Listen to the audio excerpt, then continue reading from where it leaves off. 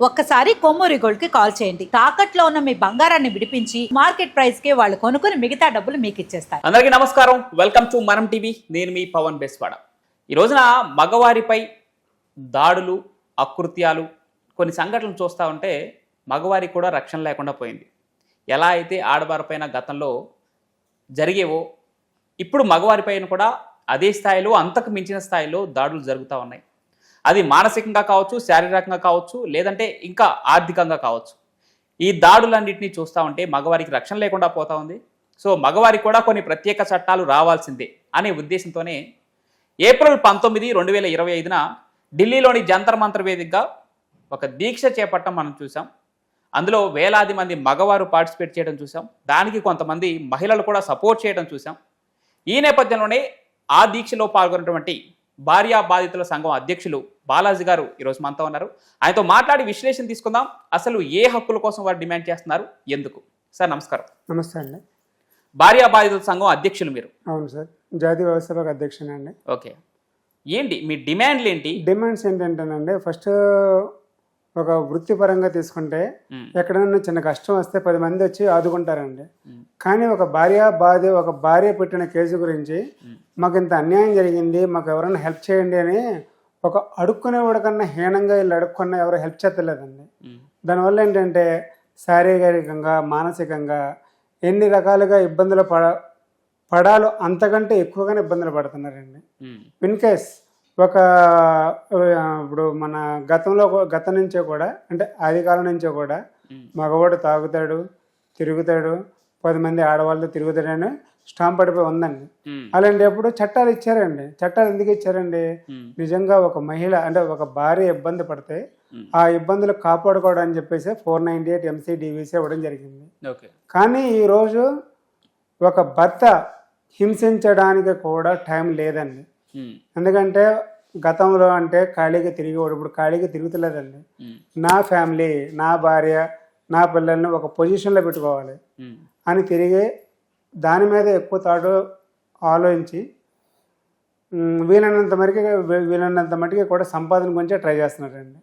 ఈ నేపథ్యంలో కొంతమంది భార్యలు ఏంటంటే డబ్బు మీద వ్యామోహంతో, ఆస్తి మీద వ్యామోహంతో ఆ భర్తల మీద కేసులు పెట్టి, ఆ భర్తలు ఇక్కడ సమాజం ఏమనుకుంటుందంటే ఓన్లీ భార్య మాత్రమే హింసిస్తుంది అని సమాజంలో స్టాంప్ ఉందండి. కాదండి, ఒక పక్కన భార్యతో వేధింపులు గురి అయ్యే భర్తకి ఎన్ని రకాల హింసలు పడుతున్నారంటే, అన్నదమ్ములుగా హింసలు పెడతారండి, అక్క చెల్లెళ్ళు హింసలు పెడతారు, కొంతమంది తల్లిదండ్రులు కూడా హింసలు పెడతారండి. తల్లిదండ్రులని అలాగని మేము తల్లిదండ్రులు చూడొద్దు అని అంటలేదండి. ఇప్పుడు ఒక భార్య బాధితుడు ఎలాగ ఉంటాడంటే కోర్టుకి వెళ్ళాలి, రావాలి, పోలీస్ స్టేషన్కి వెళ్ళాలి, రావాలి, ఇక్కడ సంపాదించుకోవడానికి టైం లేదండి. కానీ ఎంసీలు అదే మెయింటెనెన్స్, ఎంసీ అంటే మెయింటెనెన్స్ అండి. నెలకు 5,000 ఇవ్వాలి, 10,000 ఇవ్వాలి, 25,000 ఇవ్వాలి. ఎక్కడి నుంచి వస్తారండి? వీడికే తినడానికే మోక్షం లేదండి, గతి మోక్షం లేదు. ఒక పక్కన లాయర్లకు డబ్బులు ఇవ్వాలి, కొంతమంది అంటే మనం అందరినీ అంటలేదండి, కొంతమంది పోలీసులకు డబ్బులు ఇవ్వాలి. ఇవ్వలేదు అనుకోండి, అడిగి జరిగిన న్యాయం కూడా జరుగుతులేదండి. ఏంటంటే మీ భార్య బాధితుల సంఘం ఎట్లా మిమ్మల్ని సంప్రదించిన వారికి ఎలాంటి న్యాయం చేయబోతుంది? ఎలాంటి న్యాయం అంటేనండి, ఆ బాధితుడు వచ్చి చెప్పుకునే దాన్ని బట్టి మేము చేయగలమండి. అంటే ఒక్కొక్క మనిషికి ఒక్కొక్కలాగా బాధ ఉంటుందండి. కొంతమంది అత్తగారుల వలన, కొంతమందికి అంటే ఆడపడుచుల వలన, అదే భార్య తాలూకా అక్క చెల్లెళ్ళ వలన, ఇలాగా ఒకటి కాదండి, రకరకాలండి. ఇందులో చాలా రకాలు ఉన్నాయండి. ఫలానా అని మనం చెప్పలేమండి. ఎక్కువగా భార్యల నుంచే ఒత్తిళ్ళు వస్తున్నాయని చెప్పేసి వస్తున్నారు. ఎక్కువ శాతం అండి. ఏ రకమైన ఒత్తిళ్ళు? అది ఒత్తిళ్ళు అంటే, నా భార్య 498 పట్టింది, నేను బయటకు వెళ్ళి సంపాదించుకోలేకపోతున్నా, నాకు ఎక్కడికి వెళ్ళినా అవమానాల్లో, ఒక మ్యారేజ్లకు పిలవరు, తర్వాత ఏ రకమైన ఫంక్షన్లకు కూడా పిలవరు అనమాట అండి. అండ్ ఏంటంటే ఇది ఒక భార్య బాధితుడు ఎన్నాలంటే అరెస్ట్ చేసి జైలుకి వెళ్ళి వచ్చినందుకు వీడికి పనిష్మెంట్ అంటే, అరే ఆడు జైలుకి వెళ్ళాడు రా, ఆడికి ఉద్యోగం కూడా వద్దు అనిపించుకున్న రోజులు కూడా ఉన్నాయండి జనాలండి. మేము ఈ భార్యాభార సంఘం పెట్టి 2010లో స్టార్ట్ చేసాము. 2014లో రిజిస్ట్రేషన్ చేయించామండి. 2015లో ఈనాడు ఎడిషన్లో, మెయిన్ ఎడిషన్లో భార్యా బాధితులు ఇలాగ ఇబ్బందులు పడుతున్నామని చెప్పి ఈనాడు అది సంచిక చూసి కొంతమంది జడ్జీలు స్పందించి అరెస్టులు చేయొద్దని చెప్పి అప్పటి నుంచి కూడా అరెస్టులు లేవండి. అంటే ఇక్కడ భార్యతో పాటు విడాకులు తీసుకోవాలనే ఉద్దేశంతో మిమ్మల్ని సంప్రదిస్తారా, లేదంటే జస్ట్ మా మధ్యలో ఉన్న వీటిని సద్దుమణిగించి మమ్మల్ని మా యథావిధిగా మా జీవితం మామూలు అలాగా సాగే ఉన్నారు, విధంగా- ఇలాగా ఉన్నారండి. కొంతమంది ఏంటంటే పిల్లల మీద వ్యామోహం చంపుకోలేక ఉమ్, నా పిల్లలు ఇప్పుడు ఇక్కడ విషయం ఏంటంటేనండి 498 పెట్టిన తర్వాత కంప్లీట్గా భార్య పిల్లలు ఇద్దరు కూడా దూరం అయిపోతున్నారు. ఉమ్, దూరం అయిపోయిన పక్షంలో ఏంటంటే ఈ తండ్రికి ఆ పిల్లల మీద వ్యామోహం చంపుకోలేక ఆ ప్రేమను చంపుకోలేక చంపుకోలేక ఉమ్, ఒకవేళ వెళ్ళి ఆ పిల్లలు చూడాలి అని బలవంతంగా వెళ్తే ఉమ్, కిడ్నాప్, ఉమ్, కన్న పిల్లల మీద కిడ్నాప్ కేసులండి.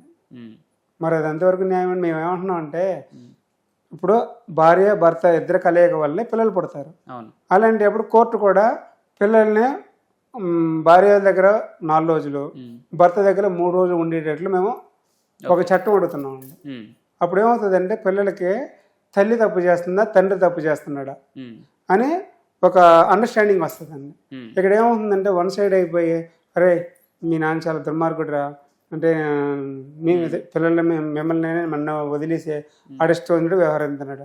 అక్కడ ఏం జరుగుతుంది అనేది పిల్లలకి తెలియదు. ఉమ్. ఎందుకంటే లేత వయసు అండి, లేత వయసులో మనం ఏదైతే చెప్తామో అదే స్టెబిలిటీ అయిపోద్దండి పిల్లలకండి. ఇక్కడ ఎక్కువగా అంటే ఏ వయసు భార్య భర్తలు, ఏ వయసు భర్తలు మిమ్మల్ని ఎక్కువగా సంప్రదిస్తున్నారు? ఏ వయసు అంటే ఈ వయసు ఆ వయసు అని లేదండి. అంటే ఎక్కువగా మేజర్ మేజర్గా అయితే నా దగ్గరికి 60 ఎబ్బో కూడా వస్తున్నారండి. 60 ఎబో కూడా వస్తున్నారు. 60 ఎబ్బో కూడా వస్తున్నారండి. ఉమ్, ఎందుకంటే 498 అనేది ఈ సంవత్సరం నుంచి ఈ సంవత్సరం మధ్యలో అని లేదండి. ఓకే. ఆఖరికి కట్టె పుట్టుకుని నెలలో ఉనికి వయసులో కూడా 498 పెట్టచ్చు. ఓకే. అంటే ముసలి కూడా ముసలి వయసులో ఉన్నప్పుడు కూడా 498 పెట్టచ్చు. ఉమ్, 498 ఎందుకు పెడుతున్నారు అంటే ఉమ్, అది డబ్బు మీద వ్యామోహం. ఇప్పుడు మనం ఫర్ ఎగ్జాంపుల్ ఒక వడ్డీ వ్యాపారం చేయాలనుకోండి, ఉమ్, అక్కడ మనం ఏం చేస్తాం అంటే ఇన్వెస్ట్మెంట్ పెడుతున్నాం. 1,00,000, 2,00,000, 3,00,000 ఇన్వెస్ట్మెంట్ పెడుతున్నాం. దాని మీద మనకి మంత్లీ ఇన్కమ్ వస్తుందండి, అంటే మంత్లీ ఇంట్రెస్ట్ వస్తుంది. కానీ ఇక్కడ ఒక అమ్మాయి అనేది అంటే ఒక భార్య అనేది ఉమ్, ఖజానా అనమాట.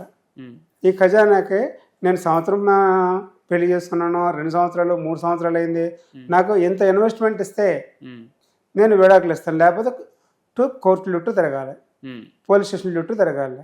అది ఇన్ని సంవత్సరాలు అన్ని సంవత్సరాలు అని పరిమితం లేదండి. ఇప్పటి వరకు మీరు చూసినటువంటి ఇట్లాంటి ఈ బాధితుల్లో అత్యంత దారుణంగా హింసించబడ్డ వాళ్ళు ఎవరు, దానికి సంబంధించిన డీటెయిల్స్ ఏంటి ఒకసారి చెప్తారా? డీటెయిల్స్ చెప్పడానికంటే చాలా మంది ఉన్నారండి. ఇది అదే నేను ఇందాక చెప్పేది అదే. అంటే కొంచెం ఎమోషనల్ గా మీకు గుండెకి తట్టిన కొన్ని కేసులు ఉంటాయి కదా. నేను మొన్న ఢిల్లీ వెళ్ళామండి. ఉమ్, నాకైతే యాక్చువల్గా హిందీ ఇంగ్లీష్ 2 రావు. ఓకే. ఒక ఆయన అయితే ఎంత ఘోరంగా అంటే అంత ఘోరంగా ఏడ్చుకుంటూ మాట్లాడారు. అంటే ఏం జరిగింది ఆయన? ఏం జరిగింది అంటే ఆయన భార్య 498 పెట్టడం, ఆయన ఆస్తి అంతా కూడా రాపించుకొని ఈయన బయటకు గెంటేయడం. ఉమ్, మరి అది అంతవరకు ఫ్యాక్ట్ అండి. ఆస్తులు కూడా భర్తల పేరు మీద ఉన్న ఆస్తులన్నీ కూడా భార్య పేరు మీద రాయించుకొని ఉమ్, ఆ భర్తను బయటకు గెంటేసిన వాళ్ళు కూడా ఉన్నారు. ఉమ్, అలాంటి వాళ్ళు అయితే ఇంకా వాళ్ళ ఆవేదన మనం తీర్చలేమండి. ఓకే. అదండి ఉమ్, ఎంత దారుణం అంటే చాలా దారుణం అండి. ఇందులో కొంతమంది ఎస్ఐలు కూడా ఏం చేస్తున్నారంటే ఉమ్, కొన్ని కేసులు రాక ఉమ్, అంటే వాళ్ళకి మరి మంత్లీ ఇన్ని కేసులు ఉంటాయో నాకు తెలియదు. ఓకే. నా జీవితం నాశనం అయిపోవడానికి ముఖ్య కారణం ఎవరంటే ఫస్ట్ మా అన్నయ్య, 2 ఎస్ఐ అండి. మీకు పూర్తి డీటెయిల్ చూపిస్తానండి. ఒక ఎస్ఐ 2 సంవత్సరాల్లో 2 కోట్లు సంపాదించాడండి. యా చూపించండి డీటెయిల్స్ ఏమన్నా మీకు సాక్ష్యాల మీద సాక్ష్యాలతో సార్ చూపిస్తానండి. చూపించండి. దీపావళి ముందు దీపావళి చేసుకున్నారండి జనాలండి. ఏసీబీ వలలో పెంటబాడు ఎస్ఐ, ఓకే. ఈయన పేరు షాన్వాజ్ అండి. ఉమ్, ఈయన పేరు షాన్వాజ్ అనమాట. నా జీవితం నాశనం అయిపోవడానికి ముఖ్య కారకుడు ఈయనండి. ఉమ్, ఇలాంటి వాళ్ళని ఏం చేయాలంటేనండి, ఇప్పుడు చూడండి క్రిమినల్ ఎక్కడి నుంచి తయారవుతలేదండి, ఇలాంటి వాళ్ళ నుంచి క్రిమినల్ తయారవుతున్నాను. ఇప్పుడు నేను ఒక క్రిమినల్గా తయారవ్వాలండి యాక్చువల్గా, ఎందుకంటే నా జీవితం పోయింది. ఇవాళ నేను ఎక్కడికి వెళ్ళి బిజినెస్ పెట్టుకుందామన్నా నా అన్నయ్య అన్నవాడు చేతిలో నాకు రూపాయి రాకుండా చేస్తున్నాడు అండి. కేవలం ఇలాంటి వాళ్ళ వల్లనేనండి. ఈయన 2 సంవత్సరాల్లో 2 కోట్లు సంపాదించాడండి. ఇది ఎందులో సాక్షి పేపర్ అండి, ఫుల్ ఎవిడెన్స్ అనమాట అండి. ఇది టోటల్ ఎవిడెన్స్ ఇది. మరి ఏం పీకిందండి? ఇప్పుడు ఎవడన్నా అంటే అక్రమ సంపాదనకు మేము అది చేసేస్తాం ఇది చేసేస్తాం, మరి మా జీవితాలు ఎవరెత్తారండి? ఇవాళ నేను ఒక కత్తి గొడ్లో పట్టుకున్నాను అనుకోండి, ఇలాంటి వాళ్ళు చేసిన ఎస్ఐ పాత్ర ఏంటి? ఎస్ఐ పాత్ర ఏంటంటే కేసులు అండి, అటువంటి కేసులు అండి. మా ఇల్లు కబ్జా చేసిన తర్వాత కబ్జా చేశారండి. కబ్జా చేసిన తర్వాత మనకి ఇక్కడ హ్యూమన్ రైట్స్ ఉంది కదండి, హైదరాబాద్ హ్యూమన్ రైట్స్ ద్వారా పర్మిషన్ తీసుకుని ఇంట్లో వెళ్తే నా భార్య నా ముందు వసాయి ఆ తాళాలు ఇళ్ళ పట్టరా అంటే ఒక భర్తకి ఎలాగుంటుందండి? ఒక భార్య అయినా ఒక ఎస్ఐ వసే అని పిలిస్తే ఎలాగుంటుందండి? మీ ముందే పిలిచాడా? నా ముందు పిలిచినామని చెప్తున్నానండి. ఓకే, నా ముందు ఈ ఎస్ఐ గారు నా ముందే పిలిచాడే. తర్వాత ఇక్కడ హ్యూమన్ రైట్స్లో మా ఇల్లు గురించి కేసేస్తే జనాల మధ్యలోనే నన్ను ముందుకు గెంటాడండి. అదే విషయం జడ్జి గారు చెప్తే జడ్జి గారు కూడా ఈయన మందలించారండి. మరి ఇలాంటి దారుణాలు జరిగేటప్పుడు అంటే ఇది నా బాధ అండి. ఇలాగ కొన్ని లక్షల మంది కోట్ల మంది నాకు చెప్పుకోలేకపోతున్నాం అండి. అసలు న్యాయం అనేది లేదండి రోజుల్లోని. న్యాయం అనేది ఇప్పుడు కొన్ని ఫ్యామిలీ కౌన్సిలింగ్ సెంటర్లు ఉన్నాయండి, అవి కూడా చెప్తున్నానండి. నేను రెండో వివాహం చేసుకున్నాను, అది కూడా నేను అయితే చాలా డ్యామేజ్ అవుతుందండి నాకండి. ఏ పోలీస్ స్టేషన్కి వెళ్ళి మాకు న్యాయం కావాలని చెప్పి రాసి ఇచ్చినా నో న్యాయం. ఇక్కడ మీ మొదటి భార్య అయితే ఏంటి మీకు? నా మొదటి భార్య ఏం లేదండి, సింపుల్గా 18 కేసులు పెట్టిందండి మీ మీద, నా మీద నా ఫ్యామిలీ మీద. తర్వాత మా ఫాదర్కి ఏమో ఇప్పుడు 1994లో 95లో బైపాస్ ఓపెనర్ సర్జరీ అయిందండి. ఆయన మీద చిన్నపిల్లగా ఒక చిన్నపిల్లగా ఇలా చూసుకుని వెళ్ళాము. అయితే ఆయన మీద లేని పని అలిగేషన్ పెట్టడం వల్ల ఆయన బాగా సింక్ అయ్యి చనిపోవడం జరిగిందండి. మా నాన్నగారు. ఇది కూడా ఎలా జరిగిందంటే మా ఆయన ఫోటో కూడా చూపిస్తానండి. ఇతను మా అన్నయ్య అండి, జిఎస్ గోపాల్ రెడ్డి. ఇతను హైదరాబాద్లో కరాటే సెంటర్ పెడతాడు అన్నమాట. కరాటే సెంటర్ అనేది ఈయన ఎంత దారుణం చేస్తాడంటే తల్లికి చేతపడి చంపేశాడు. నాకు రీసెంట్గా 6 సార్లు చేయించాడండి. ఇదిగోండి నా కాల్ చూసారండి, ఈ రోజు కూడా ఈ కాల్ సరిగ్గా పనిచేయదండి నాకండి.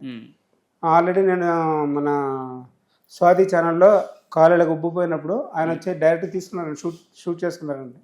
అందులో డైరెక్ట్ చూపించండి. అప్పుడైతే సీవీలు కారుతా ఉన్నాయండి.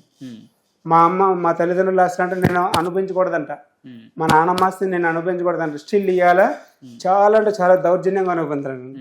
దానికి సంబంధించిన ఎవిడెన్స్ ఉండి ఇవ్వండి. మేము పోలీస్ స్టేషన్కి వెళ్ళి కేసులు పెట్టామనుకోండి, మా కేసులు తీసుకోరు. మీ కేసులు తీసుకోరండి, ఆ సమస్య లేదు. ఎందుకంటే వాళ్ళకి కావాల్సింది లంచం అండి. ఎవడ లంచం ఇస్తే ఆడికి పని చేస్తారండి. మా ఇదిగోండి పెంటపాడు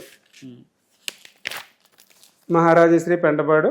నా అన్నయ్య ఎంత దౌర్జన్యంగా చేస్తున్నాడంటే ఇలాంటి వాళ్ళకి ఏం చేస్తారంటే మెల్లని ఒక దండేసి షాలువా కప్పి హారతిచ్చే, బాబు మీ తమ్ముని చంపేయి లేకపోతే మీ అమ్మని చంపేయి, చేతబడి చేసి చంపేయి అని చెప్పి ఇలాంటి వాళ్ళు బాగా ఎంకరేజ్మెంట్ చేస్తారండి.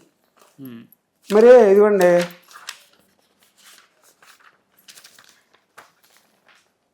ఇది డైరెక్ట్ సాక్షిలో ఇచ్చానండి. మా అన్నయ్య ఇలా చేస్తున్నాడు అని సాక్షి పేపర్లో ఇచ్చానండి.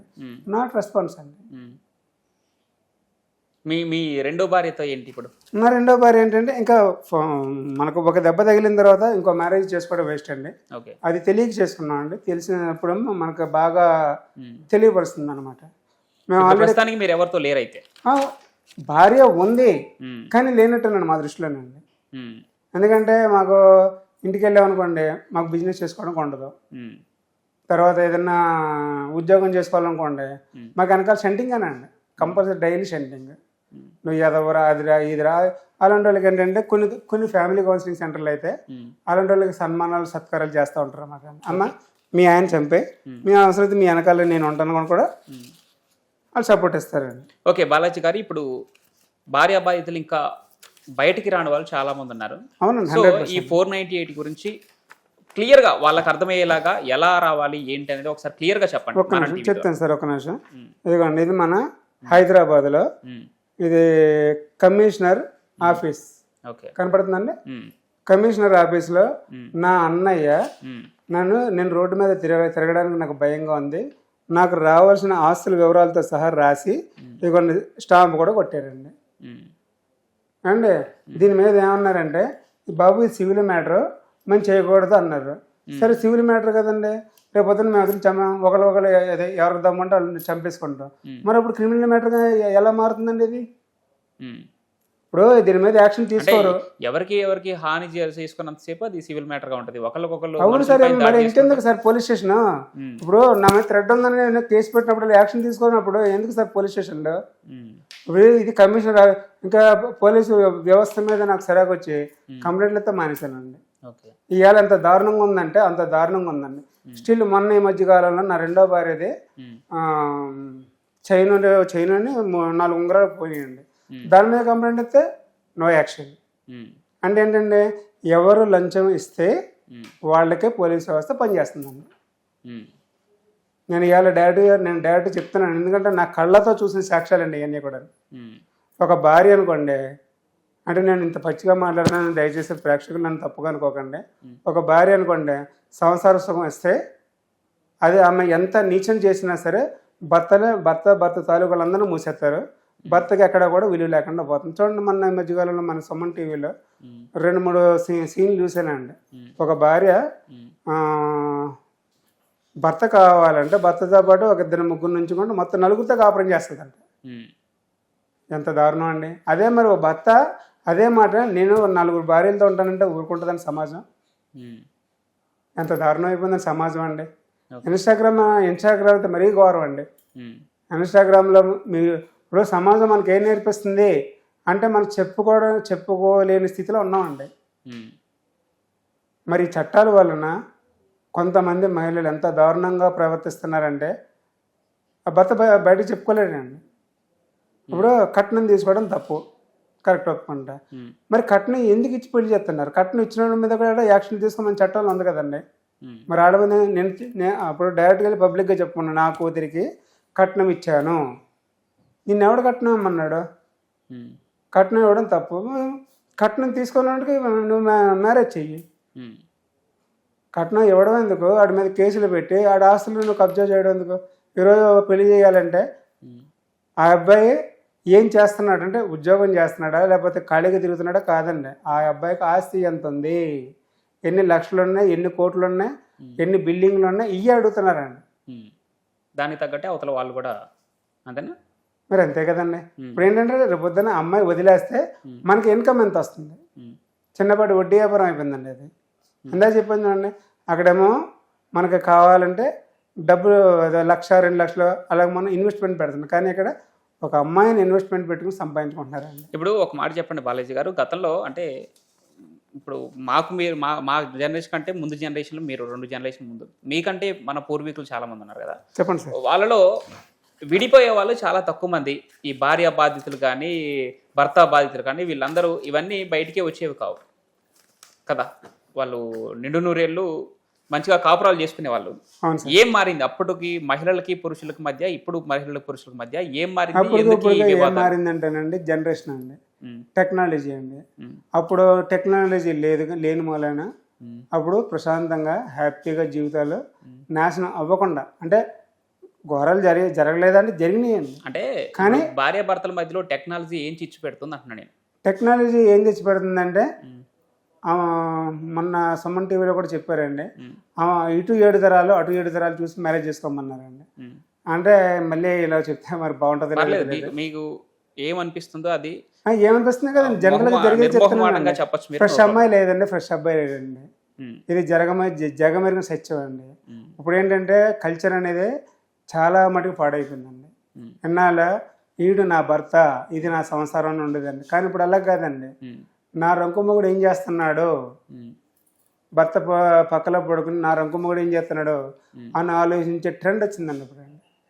ఈ ట్రెండ్ ఉన్నంత కాలం కూడా సంవత్సరాలే నిలబడవండి. అంటే ఇక్కడ అక్రమ సంబంధాలే కారణాలు అంటారా, ఇంకా ఇతరత్ర కారణాలు ఏమైనా ఉన్నాయా? అదేనండి, మనకు చెప్పుకోలేనటువంటి స్థితిలో ఉందని సమాజం అండి. ఒక్కొక్క మెంటాలిటీ ఒక్కొక్కలాగా ఉంటుందండి. ఎవరి మెంటాలిటీ ఎలాగ ఉంటుందో మనం చెప్పలేమండి. ఓకే, ఫైనల్ గా ఇప్పుడు ఆ 498 కి సంబంధించి పూర్తి డీటెయిల్స్ ఒకసారి మనం 498 మేము చెప్పేది ఏమిటంటే 498 పెట్టుకోమంటున్నాం. పెట్టుకున్న 1 సంవత్సరంలో కేసు అటా ఇట, అంటే కేసు ఒకవేళ అవితే జైలు పంపించేయండి, ఏ బాధ లేదు. ఒకవేళ కేసు అవ్వలేదనుకోండి, కేసు నడుస్తూనే ఉంటుంది, దానికి దీనికి సంబంధం లేకుండా కోర్టు నుంచి విడాకులు మంజూరు చేసి 2వ వివాహానికి అనుమతి అడుగుతున్నాం అండి. గత 6 సంవత్సరాల నుంచి అడుగుతున్నాం అండి.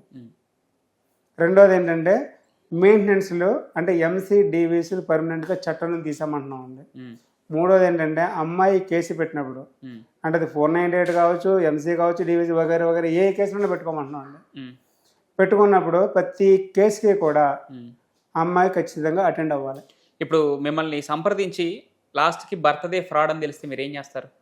ఖచ్చితంగా అక్కడ ఏ విధంగా చేయాలో చూసి చేస్తామండి. అంటే ఎలా? ఎలాగని చెప్పలేమండి. ఇప్పుడు పిల్లలు ఉంటారు, అంటే మనం అక్కడ సందర్భాన్ని బట్టి మనం చెయ్యాలండి. ఇలాగా అలాగా మనం ఇప్పుడు చేయాలి. ఇట్లా ఒక సంఘం ఉంది, సో దీన్ని యూజ్ చేసుకొని నేను బయటపడిపోవచ్చు అని భావించే మగవాళ్ళు లేరంటారా? లేరా అంటే ఒకటండి, మేము భర్త చెప్పిందే మేము వినమండి. భార్య భర్త ఇద్దరిని కూర్చోబెట్టి మనం మాట్లాడుతాం. అప్పుడు ఏంటంటే ఒక కంక్లూజన్కి వస్తుందండి. ఇక్కడ కొన్ని మహిళా సంఘాలు ఒకప్పుడు చేసిన తప్పులు ఏంటంటే, భార్య వెళ్ళి 2 కన్నీళ్ళ బొట్లు అంటే ఒకలాడి ఏడ్చుకుంటా వెళ్ళి జస్ట్ కంప్లైంట్ అయితే వచ్చి మూసేవారండి. అంటే అది ఎక్కడ న్యాయం అనేది ఎక్కడ లేదండి. కానీ మేము అలా చేయండి, భార్య భర్త ఇద్దరిని కలిపి కూర్చోబెట్టి వీళ్ళంత మట్టిగా కూడా సార్ ఏం జరిగింది ఏంటి తెలుసుకున్న తర్వాత మేము నెక్స్ట్ స్టెప్ వేస్తామండి. ఓకే, అప్పుడు ఏంటంటే మనకు కరెక్ట్గా ఒక కంక్లూజన్కి వస్తుందండి. ఇప్పుడు ఈ రోజుల్లో కొంతమంది పెద్ద మనుషుల వలన, కొన్ని ఫ్యామిలీ కౌన్సిలింగ్ వలన చూసారు కదండి, కొంతమంది ఎస్ఐలు చేసి తప్పుడు పనుల వలన, కొంతమంది రాజకీయ నాయకుల వలన జీవితాలు నాశనం అయిపోతున్నాయండి. అటు ఎదగలేడు, ఇటు నేను ఎందుకు బతుకుతున్నాను అనుకుంటాడో, అడిగి తాగుడు అలవాటు లేకపోయినా, మందు అంటే ముండల అలవాటు లేక, అదే అమ్మాయిల అలవాటు లేకపోయినా, ఏ అలవాట్లు లేకపోయినా వీళ్ళు చేసే కార్యక్రమాల గురించి ఎన్ని అలవాట్లనే నేర్చుకుంటున్నాడండి. ఇటేమో తల్లిదండ్రులు ఆస్తులు రానివ్వరు, అన్నదమ్ములు. అరే నువ్వేం చేసుకుంటారా, ఎవరో పెద్ద మనుషులు అండి, కొంతమంది పెద్ద మనుషులు, నువ్వేం చేసుకుంటారా, ఏం చేసుకుంటాడు ఎందుకండి, ఆడు ఆస్తాడు పాడేయచ్చుగా. ఇప్పుడు వీళ్ళనామాలు చల్లకుండా మరి వీళ్ళనామాలు మరి ఎలా యాక్సెప్ట్ చేస్తున్నారండి. ఇది నా పేరు మీద మా మదరు చూసాం కదా, పర్లేదు, వీళ్ళనామా రాశారండి, వీళ్ళనామా చల్లదంట. మరి చల్లనప్పుడు మరి వీళ్ళనామాలు మరి చాలా చోట్ల నడుస్తున్నాయి కదండి. అదే మీరు చెప్పే దాని ప్రకారం చూస్తే ఇప్పుడు ఆలస్యంగా మ్యారేజెస్ అవుతున్నాయి. సో కొంత ఆలోచన ధోరణులు మారాయి, ఆలస్యంగా మ్యారేజ్ అవుతున్నాయి. దీనివల్ల కూడా ఇద్దరి మధ్యలో విభేదాలు వచ్చి గొడవలకు దారితీసి విడిపోవడానికి కారణాలు చెప్పి చెప్తున్నారు. కానీ మీరు చెప్పేదాని ప్రకారం 60 ఏళ్ళు దాటి కర్ర పట్టుకున్న ముసలాళ్ళు కూడా మిమ్మల్ని సంప్రదిస్తున్నారని చెప్పి మీరు చెప్తున్నారు. సో ఏంటి తేడా, ఏంటి అసలు అది ఎక్కడ తేడా వస్తుంది అనేది ఆ కారణం? తేడా చెప్తున్నాం కదండి, ఆస్తి ఉండడం వలన కొంతమంది మెంటాలిటీ మారుతుందండి. ఇప్పుడు కొంతమంది ఉన్నారండి, ఏమే నా భర్త నుంచి 10 లక్షలు తీసుకున్నాను, లేకపోతే 50 లక్షలు తీసుకున్నాను, 1 కోటి రూపాయలు తీసుకున్నాను, అంట్లోకి ఈమెకు కూడా డబ్బు మీద ఆశ కలుగుతుందండి. సో ఇప్పుడు ఇవాళ రేపు ఆస్తుల మీద కానీ, డబ్బు మీద కానీ, మోజు కానీ ఇంట్రెస్ట్ లేని వాళ్ళు ఎవరు మరి? అలా అంటే ఏ సంబంధం? అలాగంటే అంటే ఇప్పుడు 30 సంవత్సరాలు 40 సంవత్సరాల మీద అంటే మ్యారేజ్లు చేసుకున్న వాళ్ళు కూడా వ్యామోహం అంటే తప్పు సార్. ఎందుకంటే వాళ్ళకి పిల్లలు ఉన్నారు, పిల్లల భవిష్యత్తులు నాశనం అయిపోతాయండి. ఇప్పుడు ఆస్తి మీద వ్యామోహం ఉంటుందండి, ప్రతి మనిషికి ఉంటుంది, కాదంటలేదండి. వ్యామోహం ఉంది కదా అని చెప్పి మరీ దిగజారిపోకూడదు కదండి. ఇప్పుడు దానివల్ల ఏమవుతుంది, రేపు పొద్దున్న భర్త విడాకులు ఇస్తాడు, విడాకులు ఇచ్చినప్పుడు ఆ పిల్లలకి ఇంటి పేరు ఎవరింటి పేరు ఉపయోగించుకుంటారండి. ఇవాళ రేపు అవి పెద్ద సమస్య కాదులేండి ఒక రకంగా చూస్తే. ఇంటి సమస్య కాదని మనం కులం ఏంటి, ఇంటి పేరు ఏంటి, ఏ మతానికి భర్తది రావాలా, భార్యది రావాలా, ఇవన్నీ కొట్టుకుపోయాయి ఎప్పుడో. కొట్టుకుపోయినా ఇది సమాజం అండి, వల్లగాడు కాదు కదండి, ఒకడన్నా ఊతాడు కదండి. భార్యాభర్తల మధ్య నిలబడాలంటే ఏం చేయాలో చెప్తే అంతవరకు ఓకేలే, కానీ పిల్లలకి ఎవరు పేరు పెడతావు, ఎవరి తరపు నుంచి కులం ఇస్తావు, ఎవరి తరపు నుంచి మాట్లాడుతున్నా అసలు చెప్తున్నా, నేను జనరల్ గా చెప్తున్నా. భర్త కులం వస్తుందా, భార్య కులం వస్తుందా, లేకపోతే భర్త ఇంటి పేరు వస్తుందా, ఇవన్నీ దాటేసి వచ్చే ఒక స్టేజ్కి వచ్చాయి. మీరు అన్నట్టు టెక్నాలజీలో మార్పు ఎక్కడ జరిగిందంటే ఇక్కడే జరిగిందని చెప్పుకోవాలి మనం. ఇవన్నీ అక్కడి నుంచే స్టార్ట్ అయ్యాయని కూడా చెప్పుకోవచ్చు. సో లాస్ట్ గా ఇంకా బయటికి రాని భార్య బాధితులకి ఎలాంటి పిలుపుని ఇవ్వబోతున్నారు ఏంటి? భార్య బాధితులకి అయితే నేను ఒకటి చెప్తున్నానండి, దయచేసి ఎవరో ఆత్మహత్యలు చేసుకోవద్దు, ఎవరో కూడా ఎటువంటి అంటే వ్యతిరేకమైన భావన తెచ్చుకోకండి. వాళ్ళ వెనకాల మేము ఉంటామండి, భార్య బాధిత సంఘం ఉంది, భార్య మమ్మల్ని సంప్రదించాలంటే మా నెంబర్ కూడా ఇస్తాను, 7093434730 అండి మా నెంబర్. తర్వాత ఏంటంటే మాకు యూట్యూబ్ ఛానల్ కూడా ఉందండి. మీకు ఎవరికన్నా మేము తప్పు చేయలేదు, మేము ఎందుకు ఇబ్బందులు పడాలనుకుంటే మేము డైరెక్ట్ వీడియో షూట్ చేసి అది కూడా మా యూట్యూబ్ ఛానల్లో పెడతామండి. మా యూట్యూబ్ ఛానల్ కూడా BBS తాడేపల్లిగూడెం అండి. సో ఇప్పుడు మరి భార్య బాధితులుగా కాకుండా పూర్తిగా పురుషులకు కూడా ప్రత్యేక చట్టాలు రావాలంటే మీరు డిమాండ్ చేస్తారు? కంపల్సరీ కావాలండి. ఎందుకంటే ఇప్పుడు మహిళలకు ఎలాగైతే చట్టాలు ఉన్నాయో అలాగే పురుషులకు కూడా చట్టాలు ఇచ్చినప్పుడే కదండి ఎవరు కరెక్ట్ ఎవరు రాంగ్ అని తెలుస్తుంది. Right. Thank you so much. Thank you sir, మాకు ఈ అవకాశం కల్పించినందుకు ధన్యవాదాలు. Thank you so much.